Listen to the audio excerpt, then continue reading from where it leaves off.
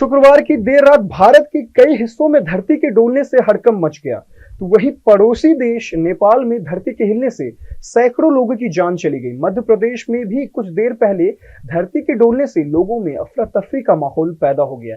देखिए जी न्यूज की एक खास रिपोर्ट।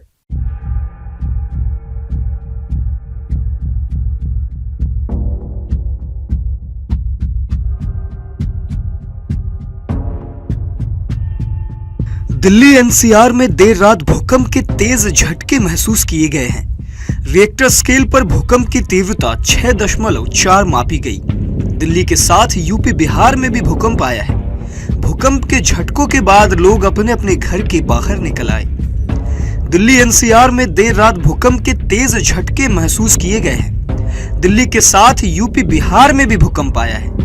राष्ट्रीय भूकंप विज्ञान केंद्र के मुताबिक रिएक्टर स्केल पर भूकंप की तीव्रता 6.4 मापी गई है।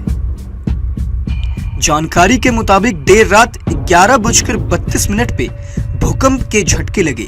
भूकंप का केंद्र नेपाल था।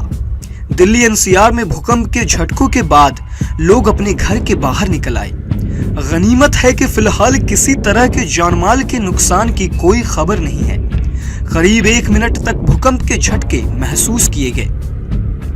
मध्य प्रदेश के कई शहरों में शुक्रवार देर रात करीब 11:30 के बाद भूकंप के झटके महसूस किए गए। इसके बाद लोग घरों से बाहर निकल आए। एमपी के भोपाल, ग्वालियर, जबलपुर, सतना और रीवा समेत अन्य शहरों में भूकंप के हल्के झटके महसूस किए गए। इसके बाद लोग तुरंत घरों से बाहर निकलकर सड़क और मैदान में एकत्रित हो गए। प्रदेश में कुछ जगह भूकंप की तीव्रता 3.9 महसूस की गई। अभी तक प्रदेश में कोई बड़ा नुकसान होने की कोई सूचना नहीं है।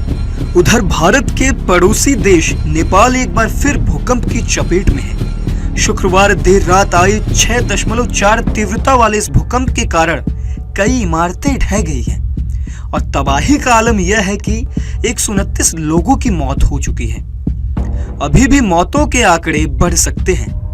मलबे में दबने के कारण कई लोग गंभीर रूप से घायल हुए हैं, जिन्हें अस्पताल में भर्ती कराया गया है। बताया जा रहा है कि भूकंप के कारण ज्यादातर लोगों की मौत रुकुम पश्चिम और जाजरगोट में हुई। नेपाल में आए भूकंप में मरने वालों की संख्या 129 तक पहुंच गई है।